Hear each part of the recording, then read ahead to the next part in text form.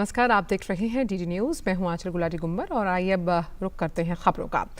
प्रधानमंत्री नरेंद्र मोदी व्लादिवोस्तोक में होने वाली पूर्वी आर्थिक मंच EEF की बैठक के प्लेनरी सेशन को वीडियो कॉन्फ्रेंस के माध्यम से संबोधित करेंगे। पूर्वी आर्थिक मंच की बैठक व्लादिवोस्तोक में 5 सितंबर को शुरू हुई, जो 8 सितंबर तक चलेगी। गौरतलब है कि प्रधानमंत्री मोदी 2019 में 5वें EEF के मुख्य अतिथि थे, जो किसी भारतीय प्रधानमंत्री के लिए पहला अवसर था। ईस्टर इकोनॉमिक फोरम की स्थापना रूस के सुदूर पूर्व क्षेत्रों के आर्थिक विकास का समर्थन करने और एशिया प्रशांत क्षेत्र में अंतर्राष्ट्रीय सहयोग का विस्तार करने के लिए की गई थी।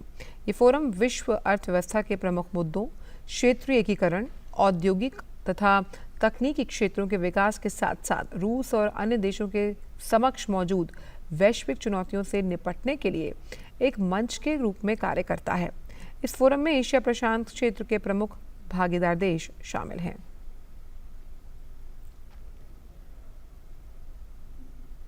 उत्तर प्रदेश, राजस्थान और छत्तीसगढ़ में आयकर विभाग एक्शन मोड में है। आयकर विभाग ने 7 राज्यों में छापेमारी की है। बताया जा रहा है कि राजनीतिक फंडिंग को लेकर ये छापेमारी की गई। उत्तर प्रदेश, राजस्थान, छत्तीसगढ़ में बड़े स्तर पर आयकर विभाग की ओर से कार्रवाई की जा रही है। यूपी में समाजवादी क्रांतिकारी पार्टी के राष्ट्रीय अध्यक्ष गोपाल राय के घर आयकर विभाग कार्रवाई कर रही है। हुसैनगंज के छितवापुर इलाके में उनका आवास है। वहीं राजस्थान के गृह राज्य मंत्री राजेंद्र यादव के 53 ठिकानों पर इनकम टैक्स के छापे पड़े। राजेंद्र यादव के शिक्षा संबंधी कई बिजनेस है।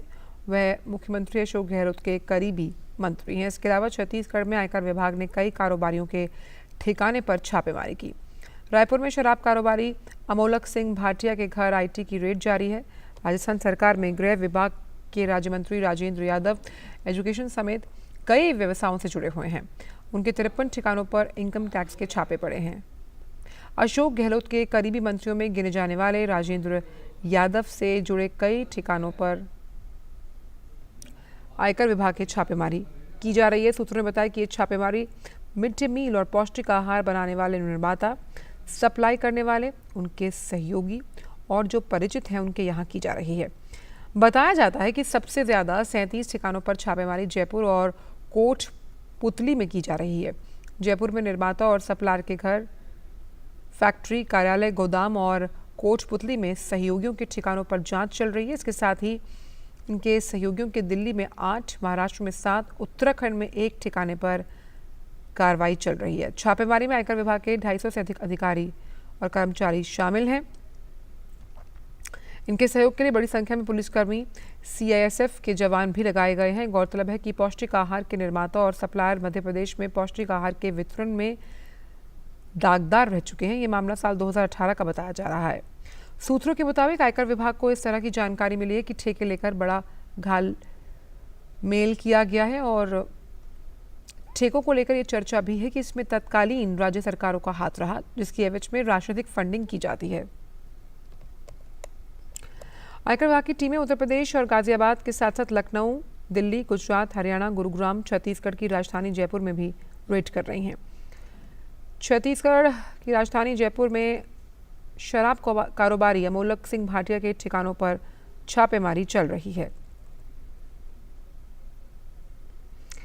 वहीं RK गुप्ता के घर, ऐश्वर्य किंगडम, उरला के लिविस्टा स्थित अग्रवाल ब्रदर्स की स्टील और पावर फैक्ट्री, मुकेश अग्रवाल के साथी नटवर तेरिया और CN अनिल अग्रवाल के रायगढ़ स्थित ठिकानों पर भी रेड चल रही है। दिल्ली में जनराज पार्टी के दफ्तर में इनकम टैक्स की छापेमारी चल रही है। अभिषेक कृष्णा नाम के वकील के दफ्तर में भी छापेमारी की जा रही है। इस राजनीतिक पार्टी के नाम पर ब्लैक मनी को वाइट करने का इन पर आरोप है। सुप्रीम कोर्ट के वकील के तौर पर ये कार्य करते हैं। और इस बड़ी खबर पर नीरज हमारे साथ जुड़ गए हैं। नीरज, लगातार शिकंजा कसता हुआ IT का। देखिए, बिल्कुल आंचल, शिकंजा कसा है। आपने देखा है कि किस तरह से पूरे देश भर में राजनीतिक जो चंदा लोग ले रहे हैं, इसके अलावा उस चंदे को वाइट कर रहे हैं, उसके खेल में जो लोग शामिल हैं उनके ऊपर आयकर विभाग लगातार अपना शिकंजा कसता है। और इसके साथ साथ ही जिन लोगों ने टैक्स चोरी करी है उनके ऊपर भी इनकम टैक्स ने अपनी निगाह टेढ़ी कर दी है। आप कह सकते हैं कि उन लोगों की खैर नहीं जो सरकार का पैसा बचा रहे हैं और अपने घरों में अपनी संपत्तियों को बढ़ावा दे रहे हैं, इजाफा कर रहे हैं। तो तो अब इनकम टैक्स डिपार्टमेंट ने साफ कर दिया है देश भर में जिस तरीके से छापे मार रही है कि जो भी लोग इनकम टैक्स की चोरी करेंगे उनको उसका खामियाजा भुगतना पड़ेगा। और इसके साथ ही राजनीतिक पार्टियों के नाम पर चंदा लेने वाले लोग, क्योंकि बहुत सारी राजनीतिक पार्टियों को पता ही नहीं है कि उनके नाम पर जो लोग हैं वो चंदा ले रहे हैं और इसके अलावा इनकम टैक्स है उसे बचा रहे हैं और इसके साथ साथ ही उस चंदे को वाइट करने का जो ऑफर है वो दे रहे हैं। तो अब कह सकते हैं कि इनकम टैक्स चूंकि जो रेड है सुबह से लेकर अब भी लगातार चल रही है। देश भर के 50 से ज्यादा ठिकानों पर इनकम टैक्स लगातार कार्रवाई कर रही है। दिल्ली में भी आपने देखा है कि किस तरह से जो सुप्रीम कोर्ट के लॉयर हैं उनके यहाँ पर भी इनकम टैक्स डिपार्टमेंट की टीम पहुंची है, जिनके ऊपर आरोप है कि वो राजनीतिक जो चंदा है उसको ब्लैक से वाइट करने के जो ऑफर है वो दे रहे थे। तो अब देखना होगा कि इनकम टैक्स डिपार्टमेंट को किस किस तरह की जो डॉक्यूमेंट्स हैं इनके यहाँ से मिलते हैं और इसके अलावा देश भर में जो रेड चल रही है किस किस तरह के डॉक्यूमेंट्स बरामद होते हैं और कितनी रकम बरामद होती है। बिल्कुल, तो इनकम टैक्स के विभाग की छापेमारी जारी है और इसमें कई बातें सामने निकल कर आ रही हैं नीरज, जैसे कि मिड डे मील की अगर बात की जाए कि जो पैसा मिड डे मील के लिए दिया गया था सप्लायर और बाकी जो लोग हैं उनके बीच कहीं ना कहीं जो तालमेल है वो लोगों तक सही मिड डे मील पहुंचाने को लेकर नहीं है बल्कि वो पैसा कहीं और पहुंचाने को लेकर है और इसमें सरकार की मिलीभगत भी सामने आ रही है।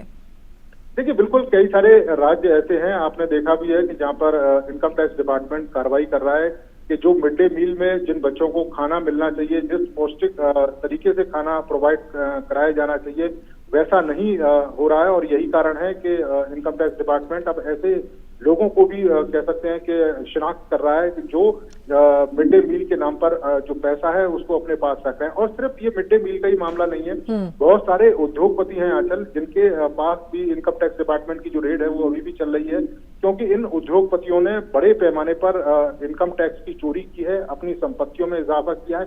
कई सारे पॉलिटिकल लोग ऐसे हैं जिन्होंने बेहिसाब संपत्तियां अर्जित की है, उन पर भी इनकम टैक्स डिपार्टमेंट लगातार रेड कर रहा है। इसके साथ ही कई सारे सरकारी अधिकारी हैं जिन्होंने अकूत संपत्तियां अर्जित कर रखी हैं। मध्य प्रदेश के कुछ सरकारी अधिकारी हैं, इसके अलावा छत्तीसगढ़ के कुछ सरकारी अधिकारी और राजनेता हैं जिनके पास अकूत संपत्ति का पता लगा है इनकम टैक्स डिपार्टमेंट को, तो उनके ऊपर भी शिकंजा कसता हुआ। और कहीं हम देख पा रहे हैं कि कई अहम राज्य हैं और कई ऐसे मंत्री हैं जिनके ठिकानों पर छापेमारी की जा रही है, जहां हम देख रहे हैं कि ये जो फाइल्स हैं उनके खुलने से बहुत सारे खुलासे होने की उम्मीद जताई जा रही है। लेकिन इसमें सबसे बड़ी बात यहाँ पर ये सामने आ रही है कि जो राजनीतिक दलों के नाम पर चंदे की उगाही की गई, एंट्री ऑपरेटर के जरिए कैसे गलत एंट्रियाँ की गई जो कि जिस पार्टी ने कभी चंदा लिया ही नहीं था, यानी कि बहुत बड़े राज से पर्दाफाश होता हुआ।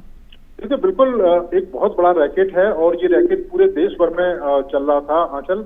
जब इनकम टैक्स डिपार्टमेंट को इसके सबूत मिले कि किस तरीके से फर्जी पर्चियां बनाई जा रही हैं, फर्जी पर्चियां बनाकर जो चंदा है पॉलिटिकल पार्टियों के नाम पर उसको कलेक्ट किया जा रहा है और वो चंदा पॉलिटिकल पार्टी के फंड में ना जाकर व्यक्तिगत लोगों के अपने फंड में जा रहा है, इसकी पूरी एक प्रॉपर कह सकते हैं कि एक फाइल इनकम टैक्स डिपार्टमेंट ने बनाई थी और उसी के तहत ये कार्रवाई की। और ये एक बड़ी कार्रवाई है, देश के अलग अलग हिस्सों में 50 से ज्यादा लोकेशन पर जो इनकम टैक्स डिपार्टमेंट लगातार जो रेड कर रहा है, तो ये बताता है कि इनकम टैक्स डिपार्टमेंट के पास पूरी जानकारी थी और उसी के तहत ये कार्रवाई हुई है। तो अब ऐसे राजनेताओं पर भी शिकंजा कसेगा, ऐसे अधिकारियों पर भी शिकंजा कसेगा और उन बिजनेसमैनों पर भी शिकंजा कसेगा जो सरकार को धोखा दे रहे थे, जो सरकार का टैक्स चुरा रहे थे। और यही कारण है कि ये छापेमारी की कार्रवाई पूरे देश भर में इनकम टैक्स डिपार्टमेंट ने एक साथ शुरू किया। बिल्कुल, तो यहाँ इसमें शराब कारोबारी भी शामिल हैं। मिड डे मील में जहाँ तक अनियमितता का सवाल है उसको लेकर भी आईटी छापेमारी कर रही है, सख्ती से पेश आ रही है। हम यहाँ पर राजनीतिक फर्जीवाड़ा जो चंदा उगाही की बात है उसको लेकर भी तो साफ तौर पर ये इस लिहाज से जो ये एक्शन लिया गया है वो अपने आप में इस बात की तस्दीक करता है कि अगर आपने गुनाह किया है तो आपको बख्शा नहीं जाएगा और आप पर कार्रवाई होगी ही होगी, भले ही आप कितने बड़े रसूख के व्यक्ति हैं। देखिए बिल्कुल, आप इससे पहले भी देखें कि तमाम जो एजेंसियां हैं, चाहे ईडी हो, सीबीआई हो, लगातार काले धन के खिलाफ एक जो मुहिम है इन एजेंसियों ने चला के रखी थी। बड़े पैमाने पर काला धन है, जो संपत्तियां हैं वो हमारी जांच एजेंसियों ने बरामद की।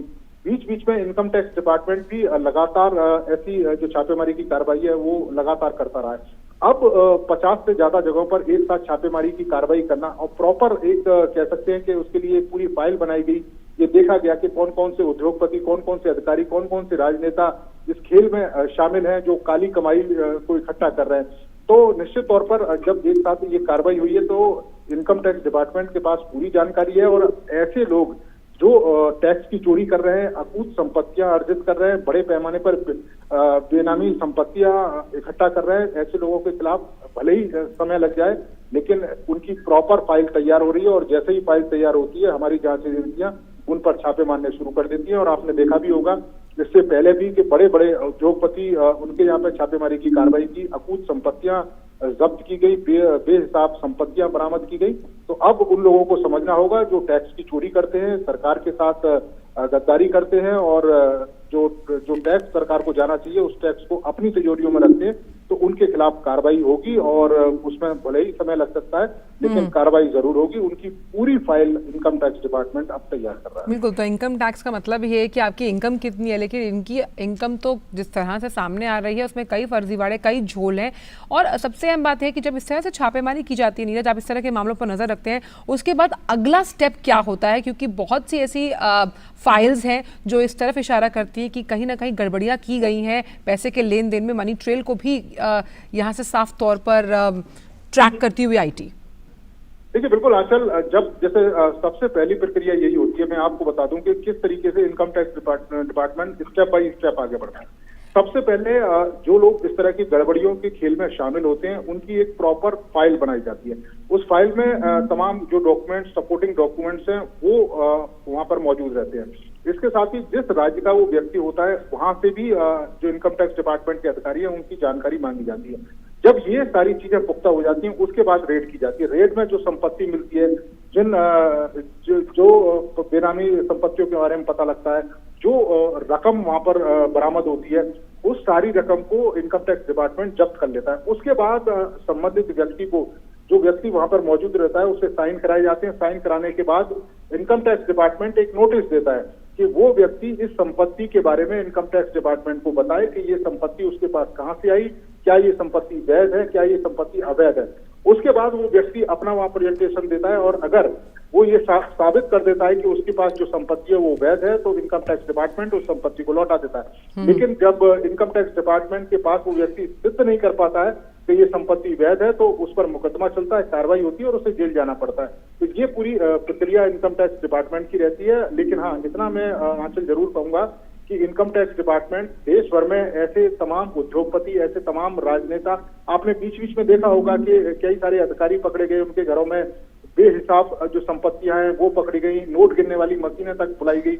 अब इनकम टैक्स डिपार्टमेंट देश भर में ऐसे लोगों के खिलाफ एक मुहिम चला रहा है। 50 से ज्यादा जगह पर रेड करना ये बताता है कि इनकम टैक्स डिपार्टमेंट के पास तमाम लोगों की फाइल है और आने वाले समय में ये छापेमारी का जो सिलसिला है वो आगे भी बढ़ेगा और ऐसे लोग जो काला धन जमा कर रहे हैं, जो टैक्स नहीं दे रहे हैं या बेहिसाब तरीके से करप्शन है उसको बढ़ावा दे रहे हैं, उनके खिलाफ सख्त से सख्त कार्रवाई इनकम टैक्स डिपार्टमेंट आने वाले समय में करने जा रहा है। बिल्कुल, बहुत बहुत शुक्रिया नीरज इन तमाम जानकारियों को हमसे साझा करने के लिए। तो लगातार जो सरकारी एजेंसियां हैं वो सख्त होती हुई घोटालों को लेकर, एक ऐसा ही घोटाला सामने आया है कोलकाता से, जहां कोयला घोटाले मामले में सीबीआई ने बड़ी कार्रवाई की है। पश्चिम बंगाल में 6 जगहों पर सीबीआई छापेमारी कर रही है। ममता सरकार में कानून मंत्री मलय घटक के साथ अन्य 5 संबंधित व्यक्तियों के ठिकानों पर भी सीबीआई की छापेमारी जारी है। ये छापेमारी कोयला घोटाले को लेकर की गई। सीबीआई की एक टीम मलय घटक के आसनसोल स्थित आवास पर छापेमारी कर रही है।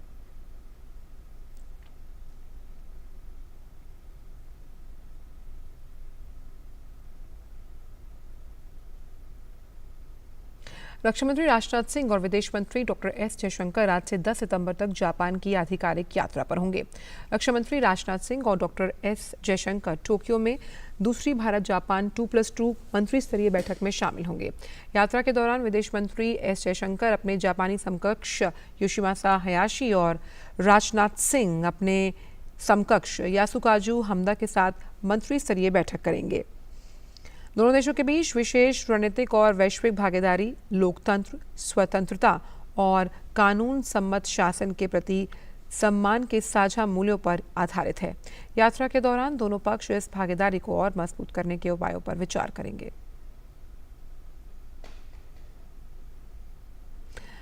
मंगोलिया यात्रा के अंतिम दिन रक्षा मंत्री राजनाथ सिंह को एक खास तोहफा मिला। रक्षा मंत्री ने ट्विटर पर तस्वीरें साझा करते हुए बताया कि मंगोलिया में उनके खास मित्रों ने एक सुंदर घोड़ा उपहार में दिया, जिसका नाम रक्षा मंत्री ने तेजस रखा। राजनाथ सिंह के राष्ट्रपति खुरैल सुख और मंगोलिया को उन्होंने धन्यवाद दिया।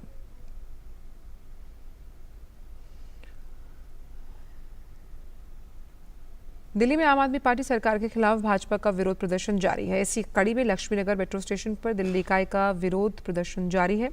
दिल्ली बीजेपी के प्रदेश अध्यक्ष आदेश गुप्ता और बीजेपी के वरिष्ठ नेता बैजयंत पांडा आम लोगों में पर्चे बांट रहे हैं।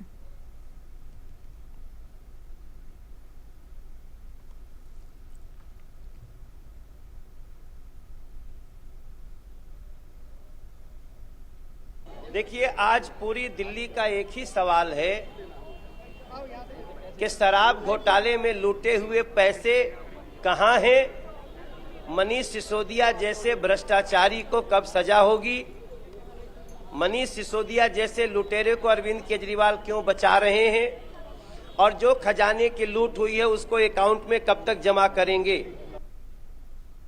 और भाजपा के राष्ट्रीय अध्यक्ष जेपी नड्डा आज भारत में तैनात 12 देशों के राजदूतों एवं उच्चायुक्तों के साथ मुलाकात करेंगे।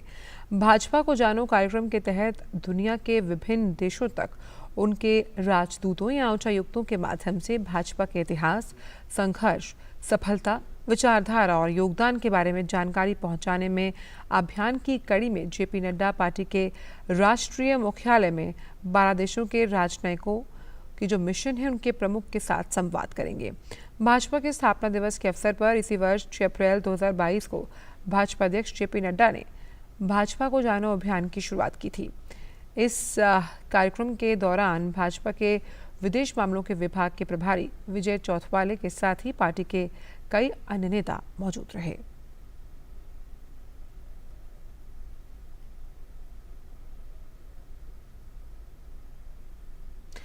कांग्रेस पार्टी की भारत जोड़ो यात्रा पर कटाक्ष करते हुए उत्तर प्रदेश सरकार के पूर्व मंत्री सिद्धार्थनाथ सिंह ने कांग्रेस और राहुल गांधी की यात्रा की शब्दावली पर ऐतराज जताया। सिद्धार्थनाथ सिंह ने कहा कि कांग्रेस ने मुद्दों के आधार पर भारत को बांटा था और आप जोड़ने की बात कर रहे हैं। कांग्रेस और राहुल गांधी की जो यात्रा है इसकी शब्दावली पे मुझे इतराज है। भारत टूटा कहाँ है जो आप जोड़ने निकले हो? भारत तो टूटा नहीं है, उसको तो जोड़ दिया गया था। तो आप किस प्रकार से कह सकते हो भारत टूटा है और भारत तो जोड़ो यात्रा निकाल रहे हैं आप? मुद्दों के आधार पे तो आपने बांट रखा था भारत को। 370 ले लीजिए, जम्मू कश्मीर को भारत का अंग नहीं बनने दे रहे थे, सामान्य नहीं होने दे रहे थे, वो हमने हटाया। आप ट्रिपल तलाक के मुद्दे पर ट्रिपल तलाक का आप सपोर्ट कर रहे थे, वो हमने हटाया। हर महिला को एक सामान्य नागरिक के रूप में लेकर आए कानून के तहत। और फिलहाल वक्त छोटे से ब्रेक का। बढ़ते हैं आगे। वित्त मंत्री निर्मला सीतारमण ने आज US India business council India idea summit में maximising the next 75 years of US India prosperity विषय पर भाषण दिया। 1975 में स्थापित यूएस इंडिया बिजनेस काउंसिल या फिर USIBC संयुक्त राज्य अमेरिका, भारत और इंडो पैसिफिक में संचालित सैकड़ों शीर्ष वैश्विक कंपनियों का रिप्रेजेंटेशन करता है। In the last few years, I think we've faced the challenges of creating that ecosystem because of the engagements that we've had with those in that sector, in that sphere of activity. They pan across several sectors. And I think the speed with which Prime Minister Modi has engaged and responded repeatedly, the ecosystem has the confidence that support is not just on the basis of policy, it's not on the basis of just giving assistance, giving funding, but also enabling the process. In that, if they have operations not just in India but elsewhere, even that is being treated fairly and also in a facilitating manner. सभा को संबोधित करते हुए वित्त मंत्री निर्मला सीतारमण ने कहा कि सरकार ने सौर सहित कई क्षेत्रों को बढ़ावा देने के लिए काफी रियायत दी है। Sectors in which I think the future of the world depends the solar energy or any other such which are so now disrupted in their value chains are the ones which we have opened up and given fairly good concessions, which actually has reflected in the fact that successfully a lot of companies have applied and also benefited by the PLI. वित्त मंत्री ने कहा कि IT मंत्री बहुत लगन से काम कर रहे हैं और उन्होंने आश्वासन दिया है कि नया बिल जल्द ही तैयार हो जाएगा। हमारे पास जल्द ही एक नया डेटा गोपनीयता विधेयक होगा, जो गोपनीयता विधेयक पर हमसे अधिकांश की हर चिंता का समाधान कर पाएगा।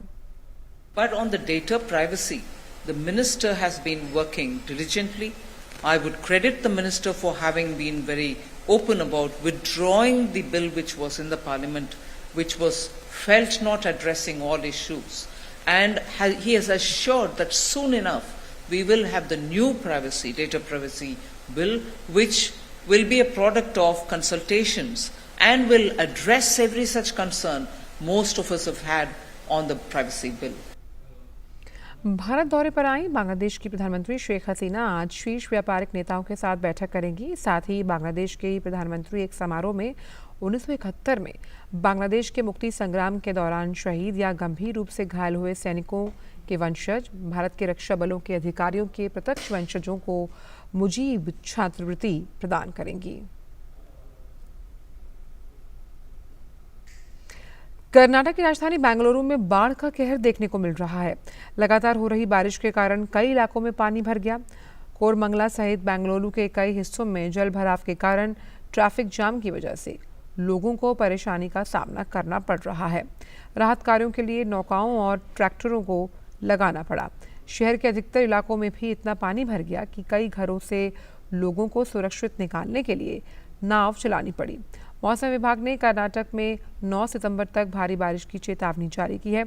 विभाग के मुताबिक कर्नाटक, तमिलनाडु और आंध्र प्रदेश में 8 और 9 सितंबर को भारी बारिश, तूफान और बिजली गिरने की संभावना है। शहर के कई इलाके जलमग्न हो चुके हैं। बाढ़ की वजह से आईटी कंपनियों का कामकाज प्रभावित हुआ। सिलिकॉन वैली कहे जाने वाले बेंगलुरु में पहली बार ऐसी स्थिति बनी जब आईटी वर्कर्स को ट्रैक्टर पर काम के लिए जाना पड़ा।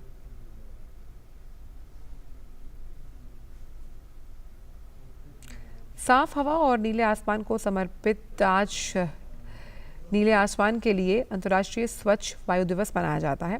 केंद्रीय पर्यावरण, वन और जलवायु परिवर्तन मंत्री भूपेंद्र यादव ने सभी से सामूहिक रूप से काम करने का आग्रह किया ताकि ये सुनिश्चित किया जा सके कि हम जिस हवा में सांस लेते हैं वो साफ और स्वच्छ बनी रहे। केंद्रीय मंत्री ने अपने ट्विटर हैंडल पर एक वीडियो भी शेयर किया है।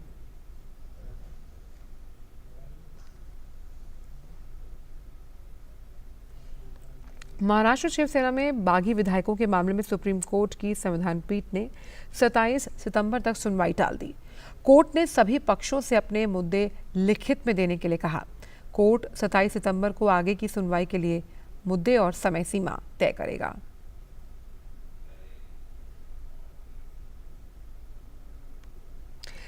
केंद्र सरकार और दिल्ली सरकार के बीच अधिकारियों की ट्रांसफर पोस्टिंग के मामले में सुप्रीम कोर्ट की संविधान पीठ 27 सितंबर को सुनवाई की रूपरेखा तय करेगी।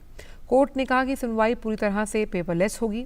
वकीलों को बहस के लिए डॉक्यूमेंट की हार्ड कॉपी देने की जरूरत नहीं होगी।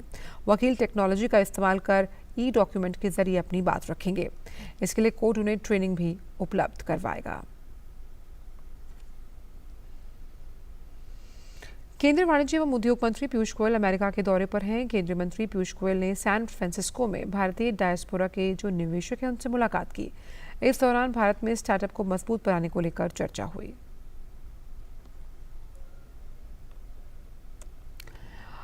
केंद्रीय वाणिज्य एवं उद्योग मंत्री पीयूष गोयल ने स्टैनफोर्ड विश्वविद्यालय का भी दौरा किया। इस दौरान उन्होंने शोधकर्ताओं और छात्रों के साथ मुलाकात की।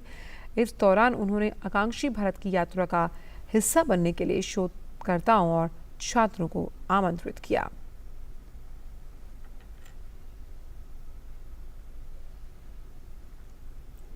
कर्नाटक के खाद्य एवं नागरिक आपूर्ति और वन मंत्री उमेश कट्टी का दिल का दौरा पड़ने से निधन हो गया। वे 61 साल के थे। कट्टी बेंगलुरु में डॉलर्स कॉलोनी स्थित अपने आवास के स्नानगृह में गिर गए, जिसके बाद उन्हें MS रमैया अस्पताल ले जाया गया। कर्नाटक के मुख्यमंत्री बसवराज बोम्मई ने उनके निधन पर गहरा दुख जताया है।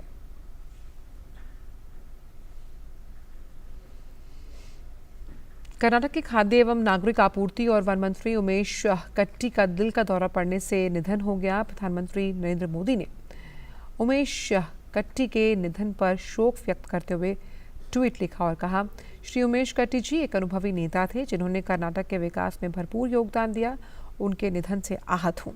इस दुखद घड़ी में मेरी संवेदनाएं उनके परिवार और समर्थकों के साथ हैं।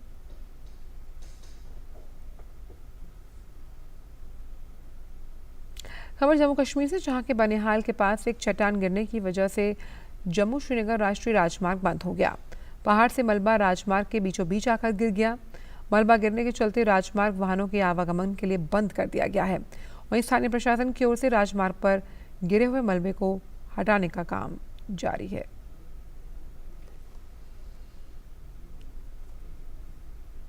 और अब बात कोविड टीकाकरण की, जिसका आंकड़ा भी तेजी से बढ़ रहा है। कोविड महामारी के खिलाफ सबसे प्रभावी हथियार के रूप में शुरू किए गए टीकाकरण अभियान के तहत देश में अब तक 213 करोड़ 91 लाख से अधिक टीकों की खुराक दी जा चुकी है। पिछले 24 घंटों में 18,81,000 से अधिक टीके लगाए गए। टीकाकरण अभियान देश में लोगों की कोविड से सुरक्षा का एक महत्वपूर्ण माध्यम है और इसकी उच्च स्तर पर निगरानी और समीक्षा की जा रही है।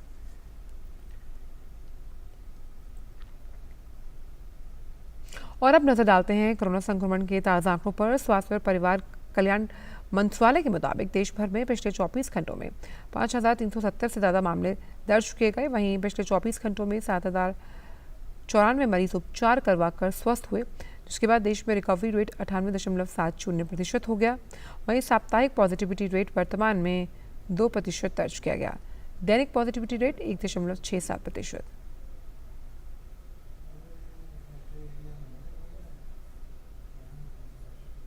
वक्त एक ब्रेक का। स्वागत। और अब खबरों के कारवां को बढ़ाते हैं आगे। दिल्ली के ऐतिहासिक राजपथ को अब कर्तव्य पथ के नाम से जाना जाएगा। सरकार ने ऐतिहासिक राजपथ और राष्ट्रपति भवन से लेकर इंडिया गेट तक फैले सेंट्रल विस्टा लॉन का नाम बदलकर कर्तव्य पथ कर दिया। नई दिल्ली नगर पालिका परिषद ने राजपथ और सेंट्रल विस्टा लॉन का नाम बदलकर कर्तव्य पथ करने की घोषणा की। इस संबंध में आज केंद्रीय मंत्री मीनाक्षी लेखी ने कहा कि आज़ादी के अमृत महोत्सव के अवसर पर गुलामी के प्रतीकों को खत्म किया जा रहा है। प्रधानमंत्री जी ने ये बात पहले भी कही थी कि 75 साल आज़ादी के पूरे हुए, आज़ादी का अमृत महोत्सव देश मना रहा है और आज़ादी का अमृत महोत्सव जब देश मना रहा है तो जितने भी चिन्ह हैं, जितने भी निशान हैं एक गुलाम भारत के और इम्पीरियलिस्टिक पॉलिसीज़ के, उसको हमें बदलना होगा। और जो सेंट्रल विस्टा का निर्माण किया गया, जिस प्रकार से पार्लियामेंट का निर्माण जारी है, और उस सेंट्रल विस्टा का निर्माण ही नहीं बल्कि वो प्रेरणा के रूप में हर भारतीय के मन में एक संदर्भ पैदा कर सके और आज़ादी के अमृत महोत्सव के दौरान हम सब लोग आने वाले भारत की तस्वीर अपने हाथों से निर्माण कर सके, यही हम सब की प्रेरणा हो। और प्रधानमंत्री जी के कथा अनुसार इसका जो नाम है वो कर्तव्य पथ किया गया है। इस क्षेत्र का नाम कर्तव्य पथ करने का जो मायने है वो हर भारतीय के लिए है कि ये जो देश है, जो हमारी सबकी मातृभूमि है, उसके प्रति, एक दूसरे के प्रति हम कर्तव्य बोध में बंधे रहें। और इसी बड़ी खबर पर बात करने के लिए हमारे साथ गिरीश निशाना जो हैं वो जुड़ गए हैं। गिरीश, तो कहीं ना कहीं हम लगातार उन चिन्हों को पीछे छोड़ते हुए जो गुलामी की दास्ता की याद दिलाते थे, कर्तव्य निष्ठा से परिपूर्ण होगा ये कर्तव्य पथ। बिल्कुल आपने ठीक कहा, क्योंकि जिस तरह से आज काउंसिल की मीटिंग हुई और काउंसिल की मीटिंग के अंदर आज ये प्रस्ताव को पास किया गया कि जो राजपथ है, राजपथ का नाम बदलकर अब उसको कर्तव्य पथ कर दिया जाए।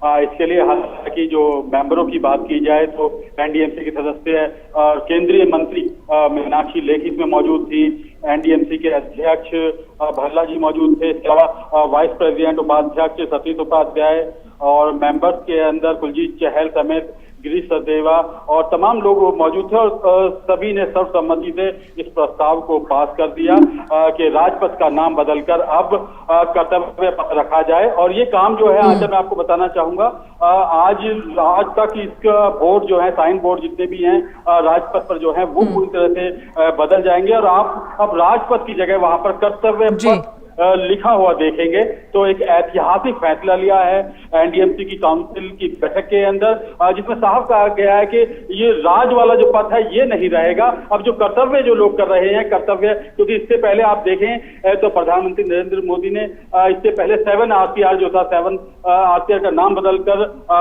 जो है वो LKM कर दिया था। आप देखिए किस तरह से पूरा धीरे धीरे जो आजादी की जो गुलामी की जो जितनी भी चीजें थी उनको पूरी तरह से बहुत पीछे छोड़ते जा रहे हैं। देश के अंदर कहीं ना कहीं जो तरक्की की बात करते हैं, विकास की बात करते हैं, तो इसी कड़ी में जोड़ते हुए जो है अपने तमाम जो संबंध है, रिश्ते हैं और जो नाम है उनको भी धीरे धीरे बदला जा रहा है। और अब आज के बाद से राजपथ का नाम कर्तव्य पथ होगा। बिल्कुल, तो भारतीयता और राष्ट्र भावना से ओतप्रोत वहीं हम अपने दर्शकों को भी बता दें, और गिरीश आपने भी ये जानकारी दी थी कि किस तरह से राष्ट्रपति भवन से इंडिया गेट तक का जो रास्ता है वो राजपथ कहलाता है। 3 किलोमीटर का लंबा ये रास्ता है। और गिरीश, हम जानते हैं कि इसी राजपथ पर गणतंत्र दिवस की परेड निकाली जाती है। उस लिहाज से वहां पर भी कर्तव्य निष्ठा सर्वोपरि होती है, जो राष्ट्र भावना से ओतप्रोत होती है। उस लिहाज से कर्तव्य पथ अपने आप में सटीक। बिल्कुल आपने ठीक कहा, क्योंकि जिस तरह से हर व्यक्ति केवल देश के अंदर ही नहीं बल्कि दुनिया भर के अंदर हमारा जो गणतंत्र दिवस परेड समारोह होता है वो प्रख्यात है। हर व्यक्ति देश दुनिया के किसी भी कोने में बैठा हो उसे पता है कि हर साल हमारे यहाँ राजपथ पर गणतंत्र दिवस परेड समारोह का आयोजन होता है। अब दूर तक देश दुनिया तक ये खबर जाएगी कि अब वो राजपथ नहीं है, वो कर्तव्य पथ उसका नाम रख दिया गया है। अब कर्तव्य पथ पर जो भी परेड होगी, जो सलामी के लिए निकलेंगे, वो तमाम जो कार्यक्रम होंगे, जो समारोह होंगे जहां पर राष्ट्रपति सलामी लेते हैं, वो तमाम जो कार्यक्रम होंगे वो अब कर्तव्य पथ के ऊपर होंगे। तो एक अलग छाप देश दुनिया के सामने रहेगी। बिल्कुल, तो अंग्रेजों की परछाई थी उस नाम में, राजपथ में, उससे निकलता हुआ राजपथ से अब कर्तव्य पथ पर बढ़ता हुआ भारत। बहुत बहुत शुक्रिया गिरीश इन तमाम जानकारियों को हमसे साझा करने के लिए। अब बढ़ते हैं आगे और बात करते हैं भारतीय रेलवे की, जहां की उत्पादन इकाइयां 2022-23 में रिकॉर्ड उत्पादन हासिल करने की जो प्रक्रिया है उसमें तेजी से आगे बढ़ रही है। रेल व्हील प्लांट बेलापुर और रेल व्हील फैक्ट्री यलहंका ने मिलकर इस वित्तीय वर्ष अगस्त तक में करीबन 92,118 पहियों का उत्पादन किया, जो पिछले साल इसी अवधि के दौरान अगर उससे तुलना की जाए तो 6.5% अधिक है।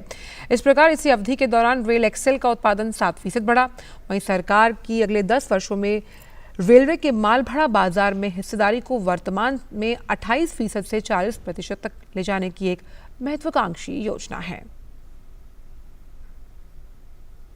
संयुक्त राष्ट्र में भारत की स्थायी प्रतिनिधि रुचिरा कंबोज ने कहा कि भारत की शांति स्थापना की साख को किसी सबूत की जरूरत नहीं है। संयुक्त राष्ट्र शांति अभियान पर सुरक्षा परिषद की बैठक में बोलते हुए कंबोज ने कहा कि भारत ने 6 दशकों के दौरान 2,60,000 से अधिक सैनिकों और कर्मियों के साथ शांति स्थापना में गर्व से अपना योगदान दिया। रुचिरा कंबोज ने कहा कि ये परंपरा जारी है और भारत ने वर्तमान में 12 संयुक्त राष्ट्रीय शांति अभियानों में 9 में से 5,700 से अधिक भारतीय शांति रक्षक तैनात किए। संयुक्त राष्ट्र में भारत की पहली महिला स्थायी प्रतिनिधि ने महिला शांति सैनिकों की भूमिका पर भी बात की। संयुक्त राष्ट्र महासचिव एंटोनियो गुतेरेस ने जापोरिजिया परमाणु ऊर्जा संयंत्र के आसपास के क्षेत्रों में संघर्ष रोकने और सुरक्षा के महत्व पर जोर दिया। यूएन महासचिव ने वर्तमान स्थिति पर चिंता जताते हुए कहा कि संयंत्र के आसपास किसी भी प्रकार की गतिविधि उसकी ढांचागत अखंडता और सुरक्षा के लिए खतरा उत्पन्न कर सकता है। IAEA की टीम ने संयंत्र की स्थिति पर एक रिपोर्ट जारी की, जिसमें गोलीबारी को रोकना, सुरक्षा प्रणालियों पर जोर देना, आपूर्ति श्रृंखला तैयार करना और संचार स्थापित करने की सिफारिशों को रिपोर्ट में शामिल किया गया है।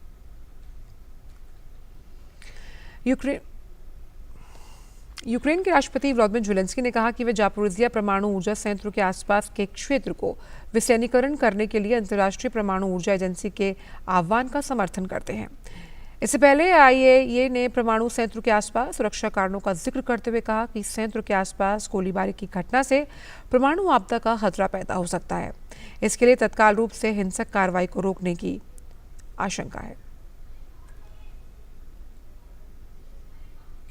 यूएस ओपन 2022 में क्वार्टर फाइनल मुकाबले शुरू हो चुके हैं। महिला एकल वर्ग में आज खेले गए क्वार्टर फाइनल मुकाबले में 5वीं वरीयता प्राप्त ट्यूनीशिया की ऑन ज़ेबियोर ने ऑस्ट्रेलिया की आयला टॉमियानोविच को हरा दिया। आयला के साथ खेले गए रोमांचक मुकाबले में ज़ेबियोर ने 6-4, 7-6 के अंतर से जीत दर्ज करते हुए सेमीफाइनल में प्रवेश किया। महिला एकल के दूसरे मुकाबले में 17वीं वरीयता प्राप्त फ्रांस की कैरोलिन गार्सिया ने सेमीफाइनल में जगह बना ली। गार्सिया ने 18 वर्षीय 12वीं वरीयता प्राप्त अमेरिका की कोको गॉफ को 6-3, 6-4 के अंतर से शिकस्त दी। वहीं यूएस ओपन के पुरुष एकल के क्वार्टर फाइनल मुकाबले में नॉर्वे के 23 वर्षीय कैस्पर रूड ने जीत दर्ज करते हुए सेमीफाइनल में जगह बनाई। कैस्पर रूड ने क्वार्टर फाइनल मुकाबले में इटली के मातेओ बेरेत्तीनी को 6-1, 6-4, 6-7 के अंतर से मात दी। रूस के 26 वर्षीय करेन खचानोव ने सेमीफाइनल में जगह बनाई। आज खेले गए क्वार्टर फाइनल मुकाबले में खचानोव ने ऑस्ट्रेलिया के निक कर्गियोस को 7-5, 4-6, 7-5, 6-7, 6-4 के अंतर से मात दी। बात एशिया कप की, जहां सुपर 4 के चौथे मुकाबले में आज अफगानिस्तान का सामना पाकिस्तान से। ये मुकाबला शारजा क्रिकेट स्टेडियम में शाम 7:30 बजे शुरू होगा। सुपर 4 में भारत को हराने के बाद पाकिस्तानी टीम के हौसले बुलंद। पाकिस्तान की टीम लगातार दूसरी जीत हासिल करने के लिए फाइनल में अपनी जगह पक्की करने के इरादे से मैदान पर उतरेगी। वहीं अफगानिस्तान के लिए इस मुकाबले में करो या मरो की स्थिति होगी। श्रीलंका के खिलाफ अपना पिछला मुकाबला हारने के बाद अफगानिस्तान अगर आज का मैच जीतती है तो वह टूर्नामेंट में बनी रहेगी। और चैंपियंस लीग फुटबॉल के प्रतियोगिता के नए सत्र का आगाज हो चुका है। गत विजेता रियल मैड्रिड ने जीत के साथ अपने अभियान की शुरुआत की। रियल ने ग्रुप एफ के अपने पहले मुकाबले में सेल्टिक को 3-0 से हराने में सफलता पाई। रियल के युवा स्ट्राइकर विनिसियस जूनियर ने 2 गोल किए। अनुभवी मिडफील्डर ल्यूका मोड्रिच और एडम हज़ार्ड ने रियल का तीसरा गोल कर टीम की जीत को तय कर दिया। एक अन्य मुकाबले में इंग्लिश क्लब मैनचेस्टर सिटी ने स्पेनिश क्लब सेविया को आसानी से 4-0 से हरा दिया। मैन सिटी के लिए शानदार फॉर्म में चल रहे स्ट्राइकर अर्लिंग हलांड ने 2 गोल किए। वहीं फोडेन और रूबेन डियाज ने 1-1 गोल किया। एक अन्य इंग्लिश क्लब चेल्सी को पहले ही मैच में आश्चर्यजनक रूप से हार का सामना करना पड़ा। चेल्सी को क्रोएशिया फुटबॉल के चैंपियन डायनामो ज़ाग्रेब ने 2 बार के चैंपियंस लीग विजेता चेल्सी को रोमांचक मैच में 1-0 से हराने में सफलता पाई।